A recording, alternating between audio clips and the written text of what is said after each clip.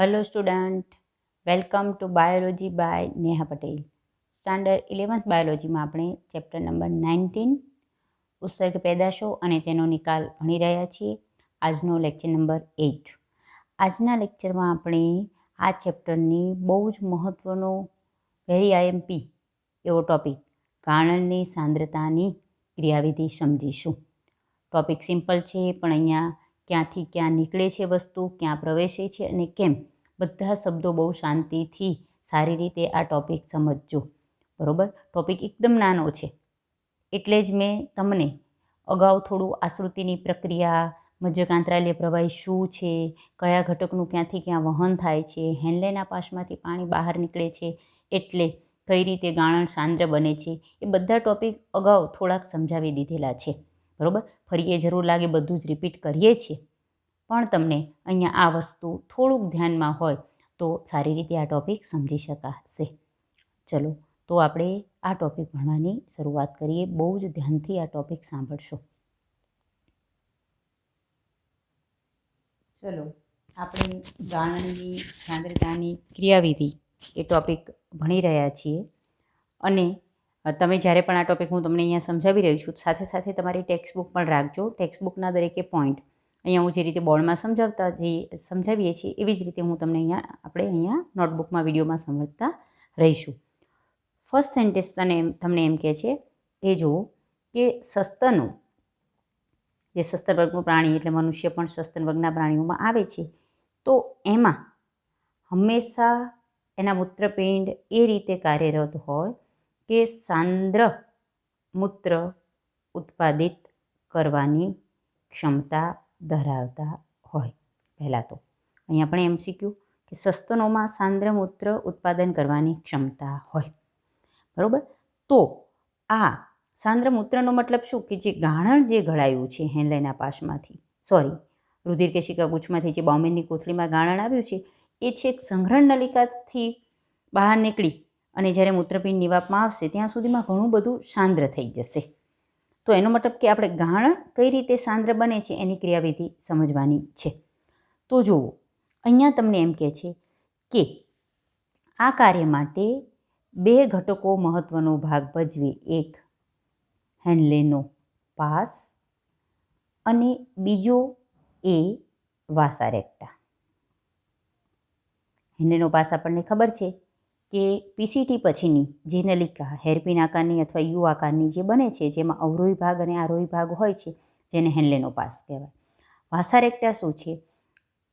રુધિર કેશિકા ગુચ્છમાંથી બહાર નીકળેલી બહિર્વાહી ધમનિકા કે જે મૂત્રપિંડ નલિકાની ફરતે રુધિર કેશિકાઓનું જાળું બનાવે છે, તેને પેરીટ્યુબ્યુલર કેશિકા કહેવાય. અને પેરીટ્યુબ્યુલર કેશિકાની એક શાખા કે જે હેન્લેના પાસને સમાંતર યુ આકારની રચના બનાવતી હોય એને વાસા રેક્ટા કહેવાય. ઇનશોર્ટ, વાસા રેક્ટામાં શેનું વહન થતું હોય? રુધિરનું. બરાબર? તો પહેલાં તો ગાળણની સાંદ્રતાની ક્રિયાવિધિમાં આ બંને મહત્ત્વનો ભાગ ભજવે. કેમ કે આ બંનેમાં કાઉન્ટર કરંટનું નિર્માણ થાય છે. એવું કહે છે કે આ બંનેમાં કઈ ક્રિયાવિધિ થાય છે? કાઉન્ટર કરંટ પ્રમાણે પ્રવાહનું વહન થાય. તો કાઉન્ટર કરંટ એટલે શું? પહેલાં તો એ ખબર હોવી જોઈએ કે જ્યારે કોઈ પણ બે નલિકા એકબીજાને સમાંતર હોય પરંતુ તેમાં વહેતો પ્રવાહ વિરુદ્ધ હોય તો એને કાઉન્ટર કરંટ કહેવાય. રિપીટ કરું છું. જ્યારે બે કોઈ નલિકા એકબીજાને સમાંતર હોય પરંતુ તેમાં વહેતો પ્રવાહ એકબીજાની વિરુદ્ધ દિશામાં હોય તો એને કાઉન્ટર કરંટ કહેવાય. તો અહીંયા હેન્લેના પાસમાં પણ કાઉન્ટર કરંટનું નિર્માણ થાય છે અને વાસા રેક્ટામાં પણ કાઉન્ટર કરંટનું નિર્માણ થાય છે. કારણ કે હેન્લેના પાસની જે બંને ભુજા, ફિગરમાં જોઈશું, અવરોહી ભુજા અને આરોહી ભુજા બંનેમાં જે ગાળણનો પ્રવાહ છે એ બંને ભુજામાં વિરુદ્ધ દિશામાં હોય છે. એટલે અહીંયા હેન્લેના પાસમાં પણ કાઉન્ટર કરંટનું નિર્માણ થાય અને બીજું વાસા રેક્ટામાં જે રુધિરનો પ્રવાહ હોય છે એ પણ એકબીજાની વિરુદ્ધ દિશામાં હોય છે. એટલે ત્યાં પણ કાઉન્ટર કરંટનું નિર્માણ થાય છે. બરાબર? એક તો સમજીએ છીએ આ બે કાઉન્ટર કરંટ. પણ બીજો પોઈન્ટ આ છે કે સસ્તનો એ સાંદ્રમૂત્ર ઉત્પાદિત કરવાની ક્ષમતા ધરાવે, એમાં આ બે ઘટકો ભાગ ભજવે. કારણ કે આ બંને ઘટકોમાં કાઉન્ટર કરંટ પ્રમાણે પ્રવાહ સર્જાય. કાઉન્ટર કરંટ શું એ મેં તમને દર્શાવ્યું. કારણ હેન્લેના પાસમાં પણ એની અવરોહી અને આરોહી ભુજા એકબીજાને સમાંતર હોય અને એમાં ગાળણનો પ્રવાહ વિરુદ્ધ દિશામાં હોય, એટલે હેન્લેનો પાસ પણ કાઉન્ટર કરંટ પ્રમાણે પ્રવાહ સર્જે. અને વાસારેક્ટામાં પણ રુધિરનો પ્રવાહ, એટલે વાસારેક્ટા પણ યુ આકારની છે, તો એમાં પણ એક અવરોહી ભાગ હોય અને એક આરોહી ભાગ હોય, એમાં પણ રુધિરનો પ્રવાહ વિરુદ્ધ દિશામાં હોય. ત્રીજો પોઈન્ટ એ છે કે હેન્લેનો પાસ અને વાસારેક્ટા આપણને ખબર છે એકબીજા સાથે ખૂબ જ નજીક છે, બરાબર, એ વચ્ચેની નિકટતા આ પણ મહત્વનો ભાગ ભજવે. કારણ કે વાસારેક્ટા શું એટલે જ આપણે કીધું હતું કે પેરીટ્યુબ્યુલર કેશિકાની એ શાખા કે જે હેન્લેના પાસની બાજુમાં સમાંતર એક યુ આકારની રચના બનાવે એને આપણે વાસારેક્ટા કહીએ. એટલે હેન્લેનો પાસ અને વાસારેક્ટા બંનેમાં કાઉન્ટર કરંટ પ્રમાણે એક તો પ્રવાહ સર્જાય છે અને બીજું કે આ બંને વચ્ચે નિકટતા છે, બરાબર છે. તો આ બધી જ વસ્તુ ભેગી થઈ અને ગાળણની સાંદ્રતાની ક્રિયાવિધિ થાય. તો ગાળણની સાંદ્રતાની ક્રિયાવિધિમાં શું ભાગ ભજવે? હેન્લેનો પાસ અને વાસારેક્ટા બંનેના કાઉન્ટર કરંટ, એ બંને વચ્ચેની નિકટતા, અને આના કારણે મજ્જક આંતરાલ્ય પ્રવાહીની સાંદ્રતા, આશ્રિતિ સાંદ્રતા વધારે જળવાઈ રહે. અને જો મજ્જક આંતરાલ્ય પ્રવાહીની આશ્રિતિ સાંદ્રતા વધારે જળવાય તો જ ગાળણ એ સાંદ્ર બની શકે અને તો જ ગાળણની સાંદ્રતાની ક્રિયાવિધિ થાય. એટલે નેક્સ્ટ પોઈન્ટ કે મજ્જક આંતરાલ્ય પ્રવાહી છે, આપણે એટલે થોડું બેઝિક આગળના લેક્ચરમાં સમજાવી દીધું છે, તેની આશ્રિતિ સાંદ્રતા એ બાહ્યક કરતાં વધારે જળવાઈ રહેવી જોઈએ, બરાબર છે. પહેલાં આશ્રિતિ સાંદ્રતા શું, એનો યુનિટ, એનો એકમ છે એ સમજાવું છું. ત્યારબાદ બાહ્યકથી મજ્જક તરફ જતાં કેટલી આશ્રિતિ સાંદ્રતા થાય છે એ, અને કેમ મજ્જકમાં આટલી વધુ આશ્રિતિ સાંદ્રતા જાળવવી જોઈએ અને એ કઈ રીતે જળવાય છે એ આપણે સમજવાનું છે. પહેલાં બેઝિકલી અહીં સુધી કમ્પ્લીટલી ખબર હોવી જોઈએ. આટલા શબ્દો જરૂર લાગે તો વિડીયો પોઝ કરીને રિપીટ કરીને પણ ફરીથી સાંભળી શકો છો, બરાબર. ક્લાસરૂમમાં આપણે હોઈએ તો તમને ન ખબર પડે અને તમે પૂછો તો હું 2-3 વાર બોલું જ. એ જ રીતે જો તમને નથી ખબર પડી તો વિડીયો રિપીટ કરી અને ફરી એ પોઈન્ટ સમજવા પ્રયત્ન કરો. આટલી વસ્તુ ખબર પડી જાય છે. ચલો, તો હવે હું તમને સમજાવું છું કે હેન્લેનો પાસ અને વાસારેક્ટા એમાં કાઉન્ટર કરંટ કઈ રીતે સર્જાય છે એ. અહીંયા મેં એક આ ઉત્સર્ગ એકમ દોરેલો છે અને અહીંયાથી આપણે આગળનો ભાગ એ બાહ્યક છે, આ બધો મજ્જકનો ભાગ છે. 2 લાઈન કેમ દોરી છે કહું છું પછી તમને, બરાબર છે. હવે જુઓ, અહીંયા આપણને ખબર છે કે આ હેન્લેનો પાસ, એનો આ પાર્ટ એની અવરોહી ભુજા છે, આ પાર્ટ એની આરોહી ભુજા છે. હવે અહીંયા જુઓ, આ બંને ભુજા એકબીજાને સમાંતર છે, પરંતુ બેમાં વહેતો પ્રવાહ, એરો એટલે જ ખાસ અહીંયા મેં દર્શાવેલો છે, તમે સમજી શકો કે બંનેમાં વહેતો પ્રવાહ આમાં આ રીતે ગાળણ આવે, આમ ફરીને અહીંયા આમ જાય, બરાબર. તો અહીં પ્રવાહ બંને એકબીજામાં કેવું દિશામાં જાય? વિરુદ્ધ દિશામાં, અને બે એકબીજાને સમાંતર છે. એટલે હેન્લેના પાસની અંદર ગાળણ શબ્દ વાપરું છું, ખાસ ધ્યાન રાખો, એનો કાઉન્ટર કરંટ પ્રવાહ સર્જાય. હવે આપણને ખબર છે, પહેલું તો અહીંયા બીજી વસ્તુ સમજવા પ્રયત્ન કરીએ કે ધારો કે અંતર્વાહી ધમનિકા છે, અહીં રુધિર કેશિકા ગુચ્છ બનાવે છે, એમાંથી આ બહાર નીકળતી બહિર્વાહી ધમનિકા એ અહીંયા આપણને આખું જાડું બનાવે, અને એમાંની કોઈ શાખા કે જે આ પાર્ટને સમાંતર હોય, જેને આપણે વાસારેક્ટા કહીએ, આ વાસારેક્ટા મેં અહીંયા દર્શાવેલો છે. તમે આમ પણ દર્શાવી શકો, આમ પણ દર્શાવી શકો. ખાસ વસ્તુ સમજજો કે આ વસ્તુ આની બાજુમાં આવી રીતે ગોઠવાયેલી હોતી નથી. આપણે રેખાંકિત આકૃતિ દોરી અને બંનેના પ્રવાહમાં કયા ઘટકો કોની કઈ દિશામાં જાય છે એ સમજવા પ્રયત્ન કરી રહ્યા છીએ. પહેલાં તો એક ખોટા પોઈન્ટ એ સમજી અને કન્ફ્યુઝ ન થતા. ઘણા એવું વિચારે કે આ વસ્તુ અહીં છે એટલે આમ જઈ શકે ને આમ ન જઈ શકે. તમને ખબર છે કે મૂત્રપિંડની અંદર આ બધી નલિકાઓ મજ્જક આંતરાલ્ય અને બાહ્યક આંતરાલ્ય પ્રવાહીમાં આમ ડૂબેલી હોય અને 3 ડાયમેન્શનલ ગોઠવાઈ હોય, એટલે આ બધી નલિકાઓ અહીં આમ જ હોય. એવું બની શકે કે અહીં બીજું એક ઉત્સર્ગ એકમ હોય એની પણ કંઈક નલિકાઓ એકબીજાને ક્રોસ થતી હોય. ખાસ સમજાય છે? એક ઉત્સર્ગ એકમની સ્પષ્ટ રચના અને અહીંયા જે પેરેલર જે આ બહિર્વાહી ધમનિકા નીકળી એની આ પેરેટ્યુબ્યુલર કેશિકાઓ અહીંયા રેડ કલરની નીકળે, કારણ કે રેડ એટલે દર્શાવું છું કે એની અંદર રુધિરનો પ્રવાહ હોય. અહીં પેરેટ્યુબ્યુલર કેશિકાઓ એની એક આમ શાખા યુ આકારની હોય જેને આપણે વાસા રેક્ટા કહીએ. હવે વાસા રેક્ટા પણ યુ આકારની છે. વાસા રેક્ટામાં પણ એવું થાય કે આમ દોરી છે કે આમ, પણ અહીંયા આ રીતે ક્યાં કોના કયા ભાગમાં જાય એ તમારે ધ્યાન રાખવાનું. અહીંયા વાસા રેક્ટાનો પણ આ અવરોહી ભાગ છે, કારણ કે એમાં પણ એવું જ થતું હશે ને કે રુધિર એકમાં આમ આવતું હોય ને ફરી પાછું આમ જાય. આ ભાગ આરોહી છે, બરોબર. તો વાસા રેક્ટામાં પણ એવું થાય છે કે બે નલિકાઓ એકબીજાને સમાંતર છે અને એમાં વહેતો પ્રવાહ વિરુદ્ધ દિશામાં છે, એટલે વાસા રેક્ટામાં પણ કાઉન્ટર કરંટનું નિર્માણ થાય. બીજી વસ્તુ ખબર પડી ગઈ કે એક આપણે જે પણ ટોપિક જોવાનો છે ગાળણની સાંદ્રતા ક્રિયાવિધિ, એમાં એક આ બંને કામ લાગે છે, બંનેના કાઉન્ટર કરંટ કેમ છે એ સમજ્યા, બરોબર. આમાં રુધિરનો કાઉન્ટર કરંટ સર્જાય, આની અંદર ગાળણનો કાઉન્ટર કરંટ સર્જાય. નેક્સ્ટ બીજી વસ્તુ એ સમજવાની કે આ બંને આપણે આ રીતે દોરેલા છે, ટોપિકમાં કયો ઘટક નીકળે છે, શેમાં જાય છે એ સમજાવવા માટે, પરંતુ તમારે સમજવાનું કે ઘટક અહીંયા એકબીજા સાથે જોડાયેલા હોય, પણ કયા ભાગ અવરોહી ભાગમાં જાય, કયો આરોહી ભાગમાં જાય એ સમજવા માટે થઈ અને આપણે આ ફિગર દોરેલી છે. બીજું, એકબીજાને ખૂબ જ નિકટ હોય છે એ પણ ધ્યાન રાખવાનું. અહીંયા આપણે જે હેન્લેનો પાસ છે એનો આ અવરોહી ભાગ છે અને આ એનો આરોહી ભુજા છે, બરોબર છે. હવે જોવો પ્રક્રિયા શું થાય છે. પહેલાં આટલી ખબર પડી ગઈ છે. ટેક્સ્ટબુકમાં જ પેજ નંબર 298 પર આટલો પોઈન્ટ પહેલાં તો આપણે પૂરો કરીએ છીએ, બરોબર.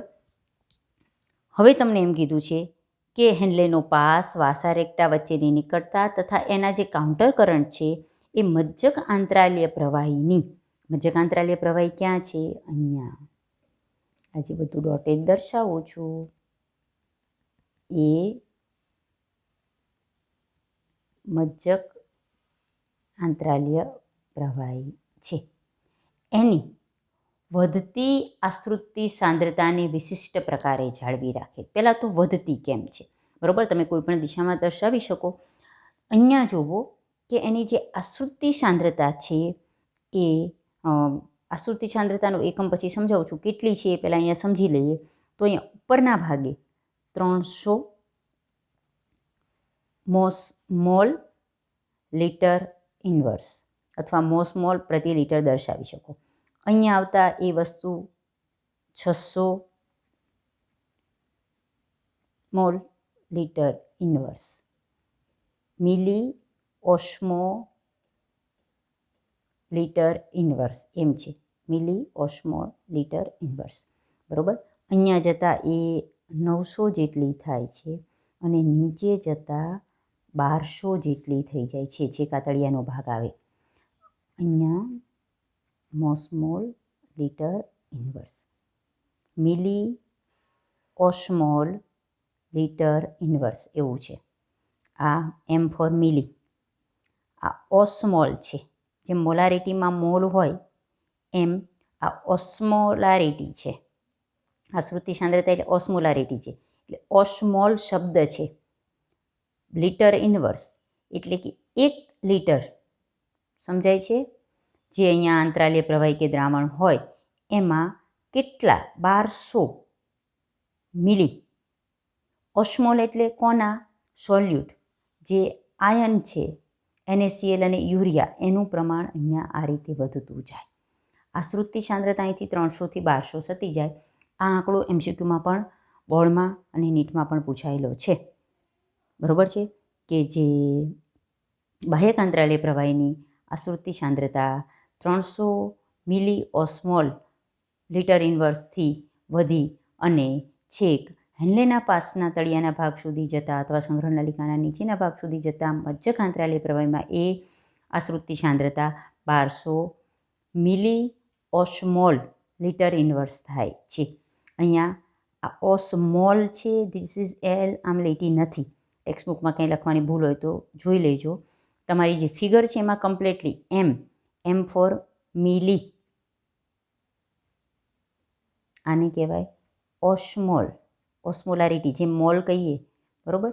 અને આ લિટર ઇન્વર્સ એટલે 1 લીટર આંતરાલીય પ્રવાહી અથવા દ્રાવણમાં કેટલા મિલી મોલ, જેમ આપણે મિલીમોલ કહીએ એટલે અહીંયા ઓસ્મોલરિટીમાં ઓસ્મોલ આવે, કેટલા મિલી ઓસ્મોલ સોલ્યુટ એટલે કે દ્રાવણો છે તેના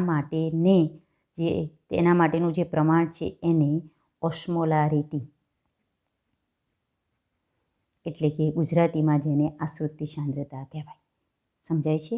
એટલે આને બોલાય છે મિલી ઓસ્મોલ પ્રતિ લીટર, પર લીટર અથવા મિલી ઓસ્મોલ લીટર ઇન્વર્સ. બરાબર છે? અહીંયા આ લીટોય કરો અને પછી લીટર ઇન્વર્સ કરો એ બંને નથી. ટેક્સ્ટબુકમાં જે મિસ્ટેક છે હું તમને પછી દર્શાવી દઉં છું. તો પહેલાં આશ્રુતિ સાંદ્રતા ખબર પડી.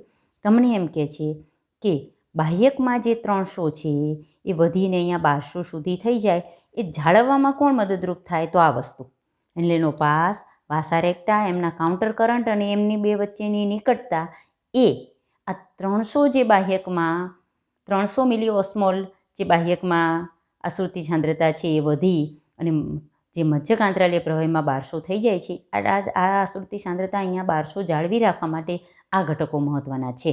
કયા? આ બંને, એમના વચ્ચેના કાઉન્ટર કરંટ, એને બે વચ્ચેની નિકટતા. એના કારણે મજ્જક આંતરાલીય પ્રવાહીની આ જે વધતી આશ્રુતિ સાંદ્રતા છે એ જળવાઈ રહે છે. બરાબર. હવે તમને કહે છે કે આગળ જ તમને આપણે દર્શાવી દીધું છે કે કોઈ પણ જગ્યાએ તમે અહીંયા આપણે કીધું કે જો મિલી ઓસ્મોલ એટલે મેં કીધું મિલી મોલ્સ ઓફ સોલ્યુટ, તો અહીંયા મોલ્સ કયા સોલ્યુટના લેવાના? તો એ પણ મેં તમને દર્શાવ્યું કે જ્યારે પણ આ વસ્તુ આપણે સમજીએ છીએ, તમને જે નેક્સ્ટ પોઈન્ટ ટેક્સ્ટબુકનો છે ફરી અહીંયા લખી પણ દઉં છું કે આ બધા જ ઘટકો ભેગા થઈ કયા? હેન્લેનો પાસ, વાસા રેક્ટા. તમને એમ થશે કે એક જ વસ્તુ વારે વારે રિપીટ થાય છે, પણ બહુ જ જરૂરી છે. હું 5-10 વાર અહીં તમને બોલીશ અને સમજાવીશ તો જ તમને કમ્પ્લીટલી કંઈ પણ ડાઉટ હશે તો સાથે સાથે સોલ્વ થતો રહેશે. ટેક્સ્ટબુકનો જ પોઈન્ટ લખું છું, પેજ નંબર 298નો. હેન્લેનો પાસ, વાસા રેક્ટા એ બંને વચ્ચેની નિકટતા, એમનો કાઉન્ટર કરંટ, એ બધાને કારણે શું થાય છે કે મજ્જક આંતરાલીય પ્રવાહીની આ બધી વસ્તુના કારણે મજ્જક આંતરાલીય પ્રવાહીની વધતી આશ્રુતિ સાંદ્રતા જળવાઈ રહે છે. કેટલી વધે છે? તો બાહ્યકમાં 300 મિલી ઓસ્મોલ લીટર ઇન્વર્સ અથવા પર લીટર હતું, જે વધી અને મજ્જકમાં 1200 મિલી ઓસ્મોલ પર લીટર થઈ જાય છે. બરાબર. અને આ ઢોળાંશ માટે શું જવાબદાર છે? તમને એમ કહે છે. બરાબર. તો એના માટે આપણે જોઈએ. તમને નેક્સ્ટ સેન્ટેન્સ એમ કહે છે કે આ ઢોળાંશ સર્જાવા માટે, ઢોળાંશનો મતલબ કે બે જે પણ દ્રાવણ છે એમના વચ્ચે જે સાંદ્રતાનો તફાવત હોય તો એને ઢોળાંશ સર્જાયું કહેવાય. અને આગળ પણ આપણે આશ્રુતિ માટે મેં એટલે જ સમજાવ્યું કે આશ્રુતિ તો જ શક્ય બને બે અલગ સાંદ્રતા ધરાવતા દ્રાવણ હોય. એટલે બે દ્રાવણ વચ્ચે ઢોળાંશ એટલે શું? પહેલાં તો જ્યારે બે દ્રાવણ વચ્ચે સાંદ્રતાનો તફાવત હોય તો સાંદ્રતા ઢોળાંશ હાજર છે એમ કહેવાય. પ્રેશરનો દબાણનો તફાવત હોય તો દબાણ ઢોળાંશ હાજર છે. તો ઢોળાંશ હોવો જોઈએ. ઢોળાંશ કોના કારણે છે? સાંદ્રતાનો તફાવત. સાંદ્રતા માટે શું જવાબ હોય? તો દ્રાવ્ય અણુઓ. તો અહીંયા આ ઢોળાંશ માટે કયા દ્રાવ્ય અણુ જવાબદાર છે? તો બે, NaCl અને યુરિયા. આ પણ ધ્યાન રાખશો MCQ માટે થઈ. બરાબર. NaCl અને યુરિયા એ ઢોળાંશ સર્જવા માટે જવાબદાર છે. આટલી ખબર પડી. તો આપણે NaClનું વહન કોના દ્વારા થાય છે અને કઈ રીતે થાય છે એ સમજતા રહીએ. ટેક્સ્ટબુકનું સેન્ટેન્સ ટેક્સ્ટબુક સામે રાખી અને સમજજો. ખાસ હવે સમજજો કે NaClનું પરિવહન, ખાસ શબ્દ સમજજો, તમને ફિગરમાં પછી સમજાવું છું. NaClનું પરિવહન કારણ કે ટેક્સ્ટ બુકના દરેક શબ્દ સમજવો તમારે જરૂરી છે. હેન્ડલેના પાસની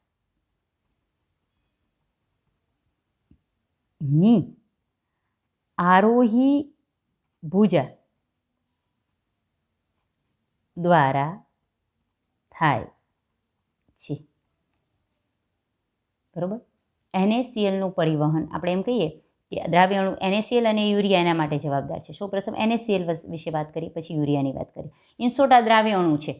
આપણે એમ કહીએ કે મજ્જકાંતરાલ્ય પ્રવાહીની આશ્રિત સાંદ્રતા જળવાઈ રહે, તો એનો મતલબ કે મજ્જકાંતરાલ્ય પ્રવાહીમાં NaCl કે પછી યુરિયા એ અણુ દ્રાવ્ય અણુ છે. આગળ આપણે કીધું કે મીઠું વધારે હોય તો અહીંયા સાંદ્રતા વધારે છે એમ કહી શકાય. તો NaCl અને યુરિયા વધારે હોય તો ત્યાં સાંદ્રતા વધારે હોય, સાંદ્રતા વધારે હોય તો આશ્રુતિની પ્રક્રિયા વધારે થાય, જેને આપણે આશ્રુતિ સાંદ્રતા કહીએ, ઓસ્મોલારિટી. ઇન શોર્ટ એમાં જે ઓગળેલા દ્રાવ્ય અણુ કે જે આશ્રુતિની પ્રક્રિયાને અસર કરે, એની જે સાંદ્રતા છે, આશ્રુતિની દર છે એને અસર કરે, એને આપણે આશ્રુતિ સાંદ્રતા એટલે ઓસ્મોલારિટી કહી શકાય. બરાબર. હવે તમને કહે છે કે NaClનું પરિવહન હેન્લેના પાસની આરોહી ભુજા દ્વારા થાય. એટલે કે NaCl હેન્લેના પાસની આરોહી ભુજા, ખાસ આરોહી એટલે ઉપર ચડતી જે ભુજા છે એના દ્વારા વહન પામે, એટલે કે પરિવહન થાય, એ બહાર નીકળે છે ત્યાં, જે વાસારેક્ટાની કોના સાથે અદલા બદલી થાય? વાસારેક્ટાની અવરોહી ભુજા સાથે ફેરબદલી પામે એમ કે છે. આ વાક્ય સમજજો અને પછી દોરવાનું છે. આપણે ખાસ સમજી અને પછી સેન્ટેન્સ દોરવાનું છે. શું કહે છે કે NaCl છે હેન્લેના પાસની આરોહી ભુજામાંથી નીકળે અને વાસારેક્ટામની અવરોહી ભુજામાં પ્રવેશે છે. પહેલાં તમને એ વસ્તુ કહી દઉં કે જે વાસારેક્ટા છે એની અવરોહી અને આરોહી ભુજા બંને પાણી અને આયનો માટે મુક્ત રીતે પ્રવેશશીલ છે. જેનું પ્રમાણ જ્યાં વધારેથી ઓછું હોય ત્યાં તે અંદરથી બહાર પ્રવેશી શકે. એની આરોહી અને અવરોહી ભુજા બંને જોઈએ. જુઓ, આ જે હેન્લેનો પાસ છે એની જે અવરોહી ભુજા અને આરોહી ભુજા બંને પાણી માટે અને આયનો માટે મુક્ત રીતે પ્રવેશશીલ છે.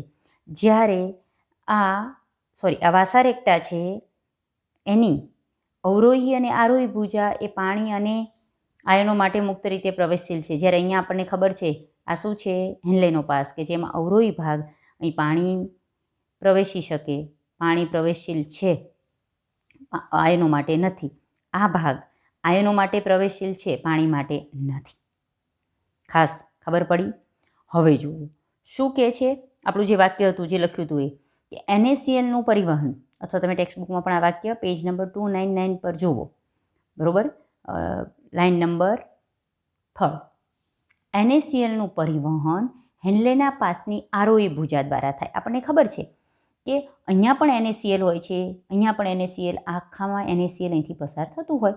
આયનો આપણને ખબર છે અહીંથી ગળાય છે. પરંતુ આ પાર્ટ યાદ આવ્યું? આયનો માટે પ્રવેશશીલ નથી, એટલે આયનો અંદર પણ નથી જઈ શકતા, બહાર પણ નથી જઈ શકતા. એટલે NaClનું શું થાય છે કે અહીંયા જ્યારે એ આવે ત્યારે ઓલરેડી NaClનું પ્રમાણ અહીંયા વધારે હોય, એટલે NaCl છે એ આરોહી ભાગ દ્વારા બહાર નીકળે. સમજો, એટલે મજ્જકાંતરાલય પ્રવાહીમાં NaCl આવી જાય અને આ NaCl અહીંયા બધે NaCl હોય. આગળ જ મેં તમને કીધું હતું કે આ વસ્તુ અહીં જાય એટલે આમાં જ જાય એમ નહીં સમજવાનું. આંતરાલ્ય પ્રવાહીમાં ઇન શોર્ટ NaCl આવી ગયા. બરાબર. આ NaCl જે બહાર નીકળ્યા કોની અંદરથી? ગાણણમાંથી. એ વાસારેક્ટાની જે અવરોહી ભુજા છે એમાં દાખલ થઈ જાય.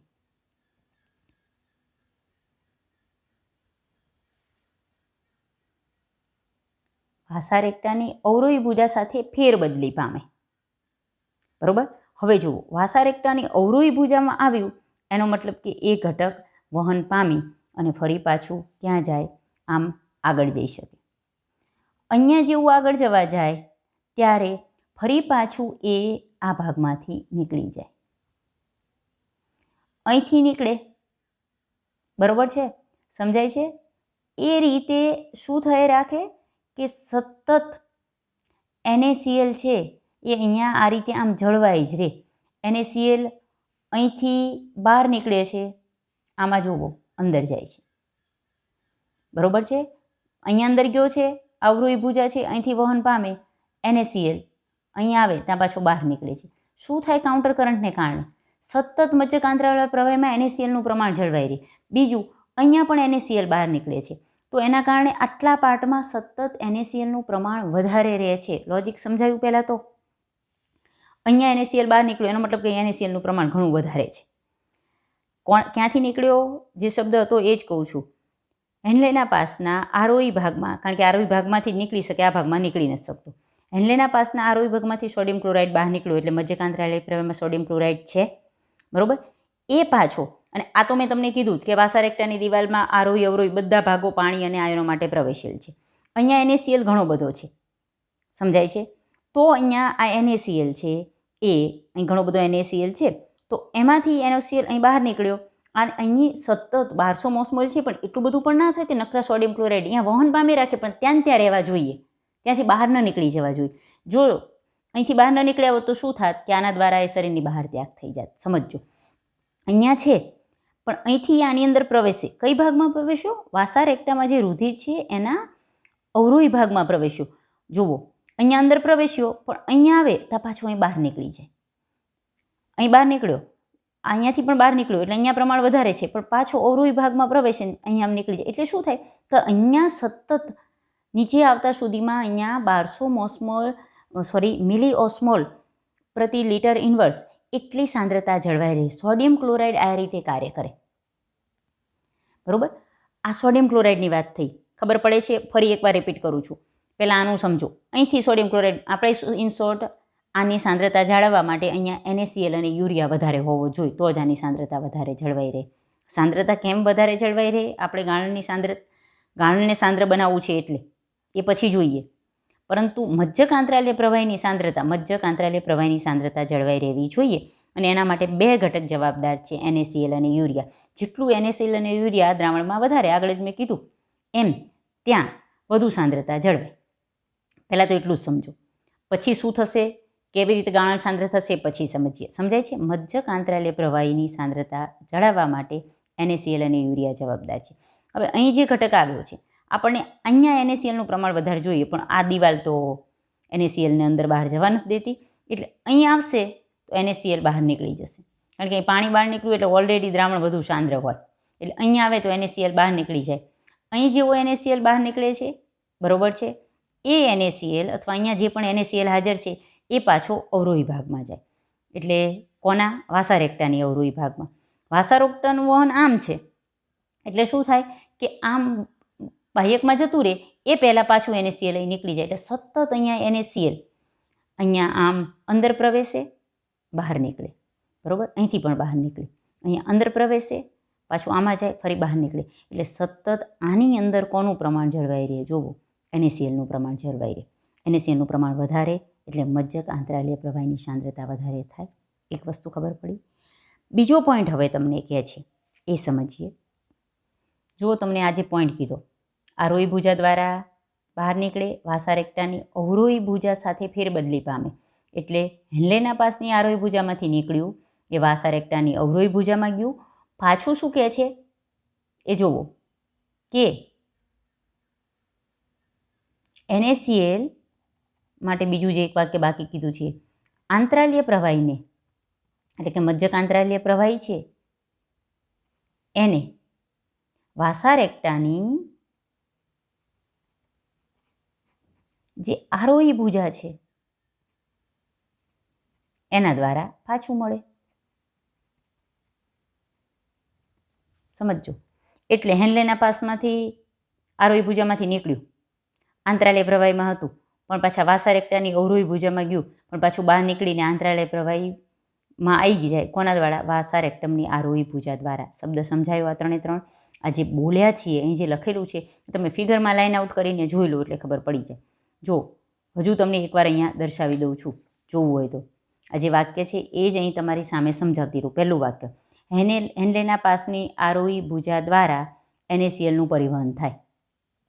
હેન્લેનો પાસ, આરોહી ભુજા, NaClનું પરિવહન થાય, જે વાસા રેક્ટાની અવરોહી ભુજા સાથે ફેરબદલી પામે, એટલે અહીં અવરોહી ભુજામાં જાય. બરાબર. આમાં અવરોહી ભુજામાં જતું રહ્યું તો પાછું આંતરાલીય પ્રવાહીમાં નથી રહેતું. તો આંતરિક પ્રવાહીને પાછું ક્યાંથી મળે? તો વાસા રેક્ટાની આરોહી ભુજા દ્વારા આ NaCl પાછો મજ્જક આંતરાલીય પ્રવાહીને પાછો મળે. આ રીતે મજ્જક આંતરાલીય પ્રવાહીમાં NaClનું પ્રમાણ જળવાઈ રહે. તો થયું આ બંનેના કાઉન્ટર કરંટને કારણે અને બંનેની નિકટતાને કારણે મજ્જક આંતરાલીય પ્રવાહીમાં NaClનું પ્રમાણ જળવાઈ રહે છે. ત્રણેય જે વાક્ય બોલ્યા છે એ દોર્યા છે. અહીંથી જે નીકળ્યું વાસા રેક્ટાની, હું ઓછામાં ઓછી 10 વાર બોલીશ, છતાં તમે જ્યારે પણ પ્રોબ્લેમ થશે કે આનાથી સમજાવ્યું એમ કહે છે. વાસા રેક્ટાની આરોહી ભુજામાંથી NaCl બહાર નીકળી અને તે હેન્લેના પાસના આરોહી ભુજામાંથી NaCl બહાર નીકળી વાસા રેક્ટાની અવરોહી ભુજામાં પ્રવેશે. બરાબર. અને આ NaCl આંતરાલીય પ્રવાહીને વાસા રેક્ટાની આરોહી ભુજા દ્વારા પાછું મળે. એ રીતે મજ્જક આંતરાલીય પ્રવાહીમાં NaClનું પ્રમાણ જળવાઈ રહે. બરાબર. બીજો પોઈન્ટ છે યુરિયા માટેનો. ચલો, યુરિયા માટે શું છે? યુરિયાનો ઓછો જથ્થો, ધ્યાન રાખજો.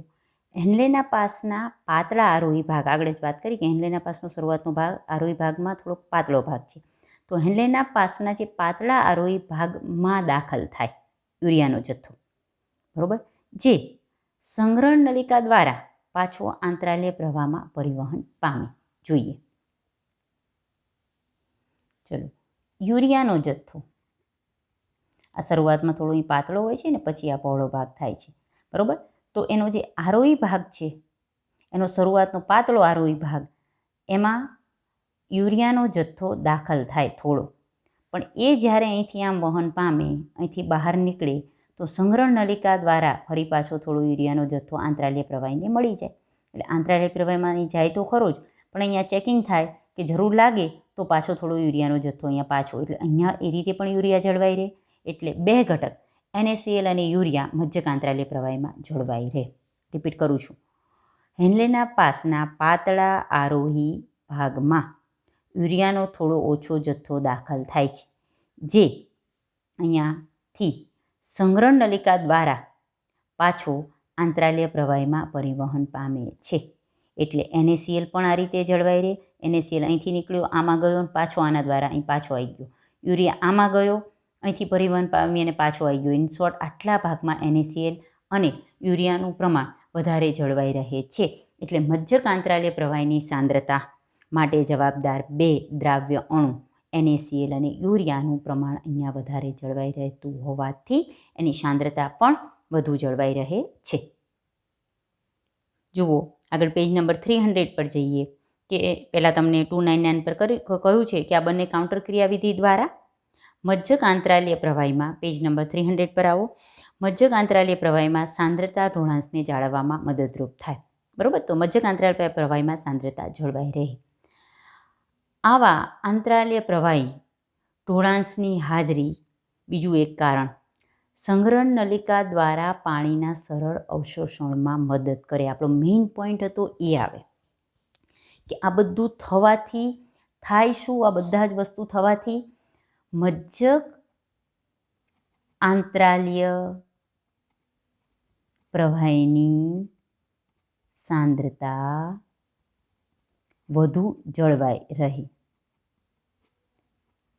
અને આપણે ખરેખર ગાળણની સાંદ્રતાની ક્રિયાવિધિ છે, એટલે ગાળણમાંથી પાણી પાછું ખેંચવાનું છે.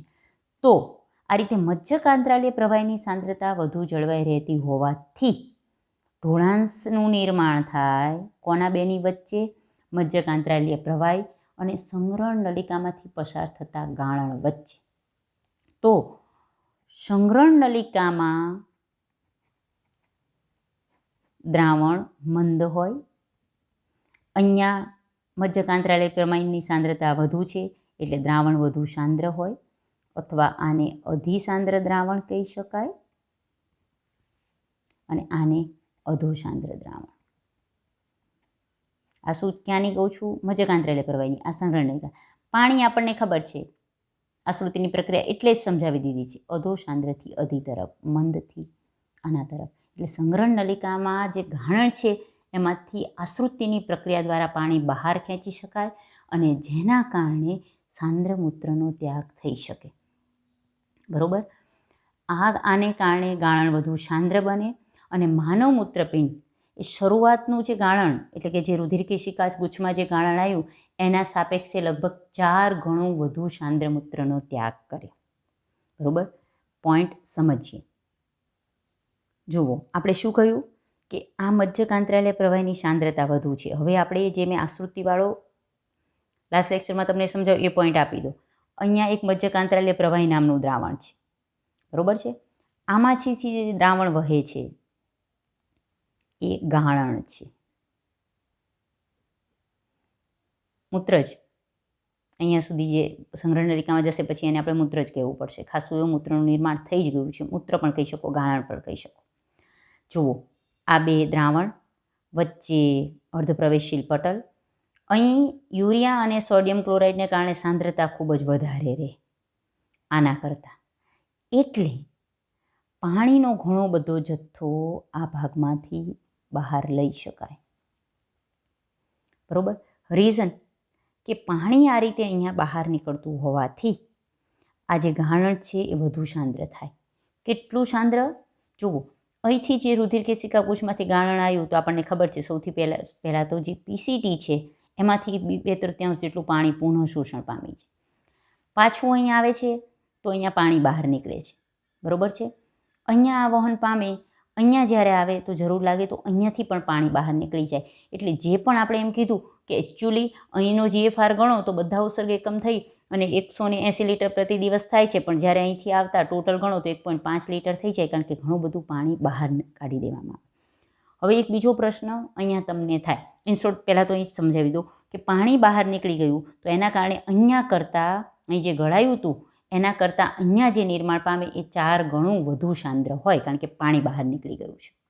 અને પાણીને બહાર કાઢવા માટે જ આ ભાગમાં મજ્જકાંતરાલય પ્રવાહીમાં સાંદ્રતા વધારે હોવી જોઈએ. અને સાંદ્રતા કોના કારણે જળવાય? ત્યાં NaCl અને યુરિયા જળવાઈ રહે છે. એટલે NaCl અને યુરિયા કોના કારણે જળવાય? તો વાસા રેક્ટા અને હેનલેના પાસના કાઉન્ટર કરંટ અને એમની નિકટતાને કારણે. સમજાયો આખો ટોપિક? ઇઝીલી સમજાઈ જાય એવો બહુ સરસ ટોપિક છે. શબ્દની માયાજાળમાં ન પડશો. જ્યાંથી જે જાય છે એ લાઈન દોરો અને સમજો કે આમાંથી નીકળે આમાં જાય. કેમ જાય એ ખબર પડી. તો ઇન શોર્ટ ગાળણ આ રીતે સાંદ્ર થયું તો આપણી ગાળણની સાંદ્રતાની ક્રિયાવિધિ થઈ. એક પ્રશ્ન જો થવો જોઈએ અને થાય જ બધા સ્ટુડન્ટને કે અહીંથી એ પાણી બહાર નીકળ્યું હતું. હમણાં આપણે કીધું હતું અહીંથી પણ પાણી બહાર નીકળ્યું હતું. જો અહીં પાણી આ રીતે બહાર નીકળતું રહે તો ભલે NaCl અને યુરિયા વધારે હોય પણ પાણી બહાર નીકળે તો આંતરાલીય પ્રવાહી છે એની સાંદ્રતા ઘટી જાય. પણ નથી ઘટતું, કારણ કે આ જે બહાર નીકળેલું પાણી એ વાસા રેક્ટાની અવરોહી ભુજામાં દાખલ થઈ જાય છે. વાસા રેક્ટા આરોહી ભુજા એમાં આ પાણી દાખલ થઈ જાય છે. આરોહી ભુજામાં દાખલ થયું એટલે રુધિરમાં દાખલ થયું અને એના કારણે શરીરમાં રુધિરમાં પાણીનું પ્રમાણ જળવાઈ રહે છે. સમજાઈ ગયું? એટલે જે પણ આ પાણી અહીંયા આપણે આગળ પણ કીધું હતું બહાર નીકળે છે એના કારણે સાંદ્રમૂત્રનો ત્યાગ થશે. અહીંયા પણ કીધું પાણી બહાર કાઢવા માટે આપણે NaCl અને યુરિયાનું પ્રમાણ જાળવી રાખ્યું. તો આ બધું નીકળેલું પાણી એ વાસા રેક્ટાની આરોહી ભુજામાં પ્રવેશે અને એને કારણે રુધિરમાં જે દેહ જળમાં પાણીનું પ્રમાણ જળવાઈ રહેવું એ જળવાઈ રહે છે. બરાબર. તો પોઈન્ટ ટુ પોઈન્ટ બધા જ શબ્દ સાથે આજનો બહુ જ IMP એવો આપણે લેક્ચર પૂરો કરીએ છીએ. ગાળણની સાંદ્રતાની ક્રિયાવિધિ. જય હિન્દ.